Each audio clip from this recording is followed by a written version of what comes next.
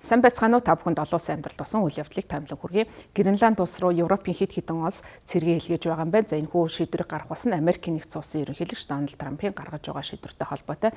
Америкийн нэгдсэн улсын ерөнхийлөгч Дональд Трампын зүгээс Гренланд арлыг өөрийн эзэмшилд аавна гэж мэдэгдэж байгаа. За энэ арлыг стратегийн чухал ач холбогдолтой арал гэж үзэж байгаа. За энэ арал сүүлийн үед Оросын холбооны улс болон Бүгд найрамдах Хятад ард улсын нөлөө нэмэгдэж байгаатай холбогдуулан аль нэгэн эдгээр улсын гарт орохоос өмнө Америкийн нэгдсэн улс энэ аралд эзэмшлээ тогтоох саналтай байгаагаа удаа дараа илэрхийлсэн. За түүний хувьд энэ арлыг өөрийн мэдэлд аавн ашигт малтамлынхын нөөцийг нь ашиглаж Арктикийн бүс нутгийн аюулгүй байдлыг хангах бодолтой байгаа гэдгээ илэрхийлсээр байгаа. За тийм учраас Герман зэрэг Европын хэд хэдэн орны цэргийн албан агчид бүр гарагт Гренландд очиж эхэлсэн байна. За лав гаргийн орой Вашингтонд Америкийн нэгдсэн улс болон Дани Гренландын албан ёсны хүмүүсийн уулзалт болсон. За энэ үеэр бол санал зөрөлтөөнтэй байгаа гэдг нь илэрхийлэгдсэн учраас Дани хүсэлтээр Швед, Норвеги, Герман, Франц, Их Британь зэрэг улсууд цэргийн хүчээ байрлуулахаар болсон байна. За Германы Батлан хамгаалах амны мэдээлж байгаагаар Airbus A400M нэртэй тээврийн онгоц пүрэв гарагт 13 хүний бүрэлдэхүүнтэй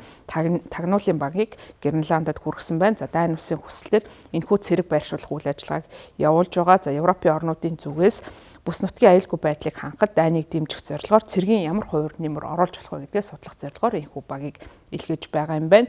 Энэ талаар Германы Батлан хамгаалах ам мэдгдсэн. За мөн энэ үйл ажиллагаа бям гараг хүртэл үргэлжлэх төлөвтэй байна. Норвеги ус мөн мэдэгдэл гаргасны дагуу хоёр цэргийн албан агчаа Гренланд руу илгээх болсон бол Швед ус хэдэн тооны бас цэргийн албан агчийг илгээхээр болсон.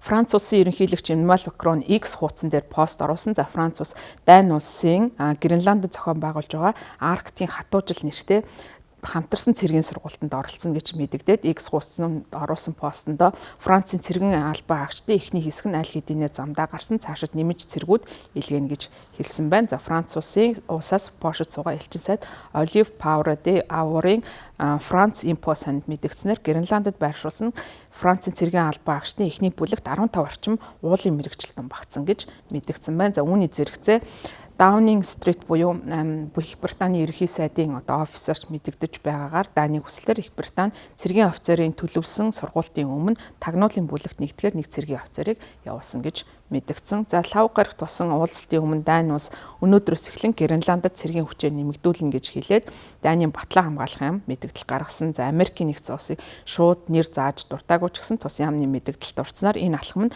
Арктикт бий болсон тодорхойгүй геополитикийн хурцтмал байдлыг намжаах хариу арга хэмжээ гэж мэдэгдэж байгаа. Америкийн нэгдсэн улс Гренланд арлыг сонирхох бас нь эдийн засгийн уламж дутгаараа авч үзэх юм бол Гренланд арал нь тийм баян биш юм байна. За эдийн засаг нь бол багахан загасны аж ахуйгаас ихээхэн хамааралтай. Дани улсаас жилдээ 3.9 тэрбум крон буюу 520 сая еврогийн ийм тусламжийг бол авдаг. За нэг оршин суугч нь жилд ойролцоогоор 9,000 орчим еврогийн санхүүжилтээр голчлон амжиргаагаа залгуулдаг юм байна. За Дэлхийн банкны мэдгцээр Гренландын дотоодын бүтээгдэхүүн нь ойролцоогоор 3.5-аас 4 тэрбум $. Байдаг. Нийтдээ 56 мянган хүн амтай ийм арал юм байна. За экспортын 90 орчим хувь нь загасны аж ахуйн бүтээгдэхүүнээс бүрддэг ийм улс. За энэ эдгээр эдийн засгийн үзүүлэлтээс үзэхэд Трампын засаг захиргааны сонирхлыг эдгээр эдийн засгийн үзүүлэлтүүд төрүүлэхгүй байх нь магадaltaй. За өөрөөр хэлбэл Америкийн нэгдсэн улс Гренландыг сонирхож байгаа нь дотоодын бүтээгдэхүүнийх нь хэмжээтэй хамаагүй болох нь харагдаж байгаа. За Гренланд арлын хувьд Америкийн нэгдсэн улсын сонирхлыг татаж байгаа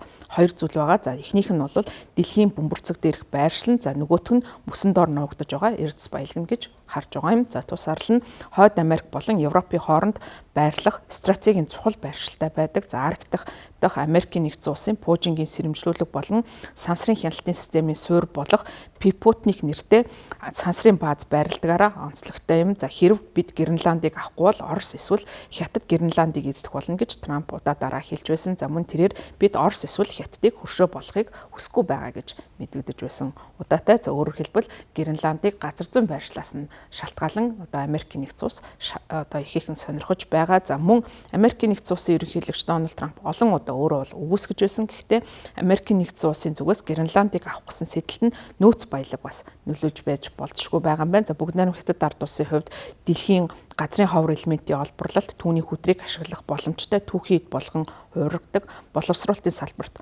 ноёрхож байгаа. За энийг бол Вашингтон маш сайн мэдэж байгаа учраас шинэ эрдэс баялагын нөөцийг эрэлхийж байгаа. За Гренландын хувьд бол одоогийн байдлаар ховор металлыг үйлдвэрлэхгүй. Гэхдээ Америкийн нэгдсэн улсын геологийн судалгааны төвөөс гаргасан тайлангаас үзэхэд 1.5 сая тонн орчим олборлох боломжтой ховор металлын нөөцтэй болохыг нь тооцож гаргасан байна. Гренланд нь одоогийн байдлаар газрын ховор элемент үйлдвэрлэхгүй ч гэсэн Америкийн нэгдсэн улсын геологийн судалгааны төвөөс 1.5 сая тонн орчим олборлох боломжтой ховор металлын нөөцтэй гэж тооцсон байна. За нөгөө тэйгүүр Дани болон Гренландын геологийн судалгааны төвөөс судалснаар тус арал ховор металлын нөөц нь 36.1 сая тонн орчим гэж тооцож байгаа нь геологийн хувьд болон арилжааны хувьд олборлох боломжтой ашигт малтамлын хоорондын зөрөөг харуулж байгаа юм.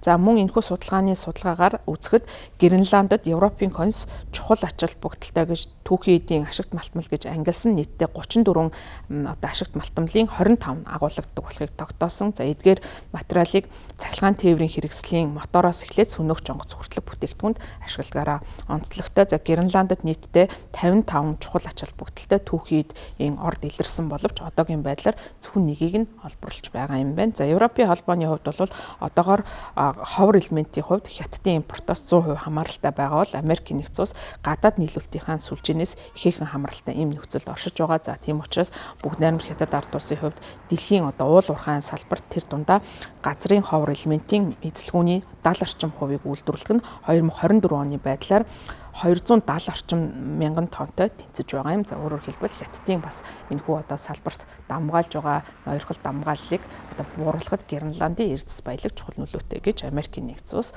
үзэж байж болзошгүй юм. За мөн Гренландд газрын ховор элементийн нөөцөөс гадна газрын тоос байгалийн хийгээр баялаг хойж болзошгүй тогтоогдсон. 2021 онд бол газрын тоосны өрөмдлөг шинээр хийхийг төр зогсоосон. За гисэн хэдий ч хайгуулын ажил бол зогссон байгаа ч гэсэн Америкийн нэгдсэн улсын геологийн судалгааны газрын тооцноор Гренландын далайн эргийн сав газруудад 17.5 тэрбум баррел тоос 148 их 80 куб фит байгалийн хий агуулгадж байж болзошгүй. За Америкийн үйл ажиллагааны форум зэрэг ийм байгууллагаас нийтлсэн судалгаагаар Гренландд мэдэгдэж байгаа ашигт малтамл нь түүхий геологийн үнцэн нь нийтдээ 4 их 80 $аас давж магадгүй гэж үзсэн. За гисэн хэдий ч одоогийн зах зээл зохицуул технологийн нөхцөлд бол үүнийг зөвхөн багахан хэсэг буюу 186 тэрбум $ыг бодтойгоор олборлолт хийх боломжтой гэж судлаж гаргасан байна. За мөн судалгааны байгууллагууд хэрвээ Америкийн нэгдсэн улс Гренландыг худалдан авах юм бол ямар үнэтэй байж болох талаар тооцоо хийсэн байна. За Америкийн үйл ажиллагааны форум нэртэй байгууллагаас Гренландын үнийг 186 тэрбум $, гэж тооцсон юм байна. За харин Economist нэртэй сэтгүүл бол 50 тэрбум $-ын үнэлгээтэй байх боломжтой гэсэн ийм саналыг дэвшүүлсэн. За бусад тооцоогоор Америкийн нэгдсэн улс бол бас урд нь бол түүхэнд олон худалдан авалтуудыг хийж байсан. За тухайлах юм бол Аляска, Луизиана, Виржиний арлуудыг худалдаж авсан энэ түүхэн худалдан авалтаас үзэхэд энэ зардлыг өнөөгийн худалдан авалтын үнд тохируулан ийм судалгаануудыг хийсэн юм байна. За Financial Times сонины хувьд арлын байгаа нөөцд үндэслэгдэн 1.1 их 80 $-ын үнэлгээгээр энэ арлыг худалдаж авах боломжтой гэж тооцсон бол New York Times сонин 12.5-аас 77 тэрбум $-ын хооронд энэхүү арлыг худалдаж авах боломжтой гэж тооцооллыг гаргасан байна. За эдгээр тооцоол хоорондоо асар их зөрүүтэй байгаа нь Гренландын үн цэнийг бит биш бодит бус шинж чанараар нь үнэлэх боломжтой гэдэг нь харагдаж байгаа юм. За өөрөөр хэлбэл байгалийн баялаг нь бол тухайн үеийн зах зээлийн эрэлт болон байгалийнх нь ашиглалтын нөхцөл байдлаас шалтгаалаад үнэ нь хэлбэлцэх боломжтой гэдгийг Гренландын жишээ харуулж байгаа. За Трампын засаг захиргааны хувьд Гренландыг өөртөө худалдаж авах Америкийн нэгдсэн улсын талд Гренландын олон нийтийн сэтгэл санааг уруулах зорилгоор Гренландын оршин суугчид 10,000-аас 100,000 $-ын шууд төлбөр төлөх боломжтой гэж мэдэгдэж байсан удаатай юм байна.